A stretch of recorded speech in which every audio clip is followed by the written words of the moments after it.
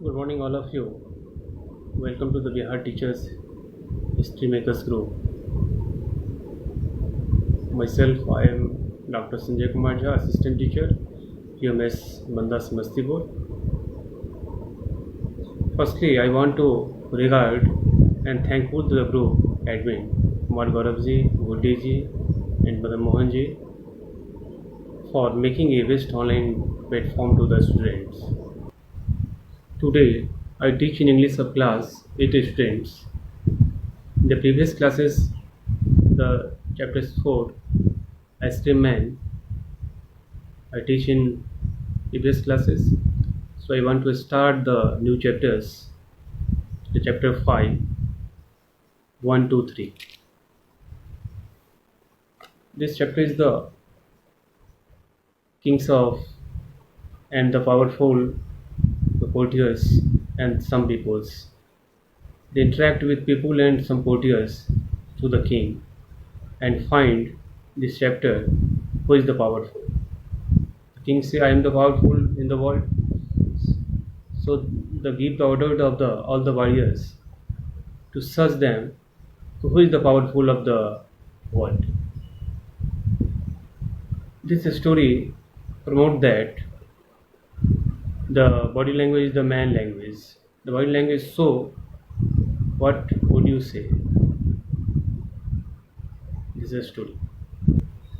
The body language communicate the meaning of this story. In some of our life, the body language is so different the matters would you not know, but important. Body language is the most powerful things I know and some other people. In this chapter, once there was a rich and powerful king. He thought that no one in the world was so as powerful as he was. एक शक्तिशाली राजा है इसमें जो कह रहा है कि मैं बहुत ज़्यादा शक्तिशाली हूँ और सोचता है कि विश्व में हमसे बड़ा शक्तिशाली कोई नहीं है. But he told no one about it. लेकिन वो नहीं जानता कि इसके बारे में कि आगे भी है कुछ. One day he begin to wonder whether other could guess what he was thinking. So he called all his officers and servants and asked them to tell him what thought was in his heart. एक दिन उसने क्या किया, अनुमान लगाना चाहा कि लोग क्या सोच रहे हैं इसके बारे में. सारे जितने भी हमारे अधिकारी हैं, नौकर हैं, वह आखिर पता लगाए कि लोगों के हृदय में क्या है. Many of them made guesses. क्या लोग हमारे बारे में अनुमान कर रहे हैं. But no one could satisfy the king with his answer. लेकिन लोगों ने सोचा कि यह तो राजा का एक संतोषदायी उत्तर नहीं है, क्योंकि मैं सबसे ज़्यादा शक्तिशाली हूँ. ये तो अपने आप में एक सोचने की बात है. लोग क्या सोच रहे हैं, लोग शक्तिशाली मान रहे हैं कि नहीं, इस पर गौर करना चाहिए. Then the king ordered his minister to find someone who could guess his thought. राजा ने आदेश दिया सभी मंत्री को कि आप लोग उसको ढूंढ निकालो जो लोग हमारे बारे में क्या सोच रहे हैं, क्या अनुमान कर रहे हैं. He gave the minister exactly a month of time to find that person.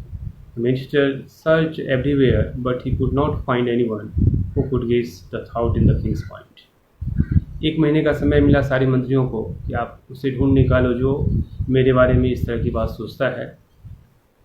लेकिन एक महीने का समय बीत गया, कोई ऐसा व्यक्ति नहीं मिला जो राजा के बारे में इस तरह की बात सोचता हो. As the month was coming to a close, the minister became quite desperate, but his daughter cheered him up by saying that she would find the right man for the job. लेकिन एक महीने बीतने के बाद भी अगर किसी का पता नहीं चला तो राजा की बेटी जो थी वह चिल्लाई और कही कि कोई सही व्यक्ति इसके लिए कौन है. Let's see what you can say the minister. आखिर वह सही व्यक्ति कौन हो सकता है. When they appointed day arrived, the minister's daughters brought home a fool. The man was a shepherd in their farm. एक व्यक्ति आया और कहा कि एक जो है एक मूर्ख है जो कि एक शेफर्ड टू द फार्म, जो एक भेड़ बकरी चराने वाला जो है फार्म में है. The young woman asked the father to take the shepherd to the king. उस औरत ने कहा कि उस जो भी यह सेफर्ड है जो भेड़ बकरी चराने वाले हैं उसको राजा ने आदेश दिया कि उसको बुला के लाओ। मिनिस्टर वॉज सॉफ्ट है जिम doubt choice but since he trusted his daughter he took the shepherd to the king's court. मंत्री को शक हुआ उसकी बेटी के जो उसने बेटी ने उसका चॉइस दिया जो पसंद किया उसने, लेकिन राजा का आदेश था इसीलिए सभी ने उसका पालन किया। The court has already assembled. The minister presented the shepherd to the king. When the shepherd lifted his eye to look at the king, king head up one finger. राज दरबार लगाया गया। मंत्री जो थे उस गलेरिया को लेकर उस राज दरबार में आए। जब गलेरिया अपनी एक आँख खोलता है तो king held up one finger, तब राजा एक उंगली दिखाते हैं।